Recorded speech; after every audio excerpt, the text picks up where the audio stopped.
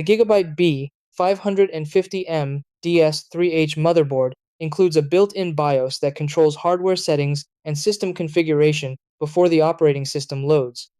Accessing BIOS mode allows you to adjust important options such as boot priority, CPU settings, memory configuration, and hardware monitoring. Whether you're installing a new operating system or fine-tuning system performance, entering the BIOS is the first step. Fortunately, Gigabyte makes this process quick using a simple keyboard command during startup. Try these. Step 1. Turn on or restart your computer connected to the Gigabyte B550 MDS3H motherboard. Step 2. As soon as the system begins booting, press the delete key repeatedly on your keyboard. Step 3. Continue pressing the key until the BIOS setup screen appears instead of the normal operating system. Step 4. Use the keyboard or mouse to navigate through BIOS menus and settings. Step 5. After making changes, press F10 to save settings and exit BIOS, allowing the computer to restart normally.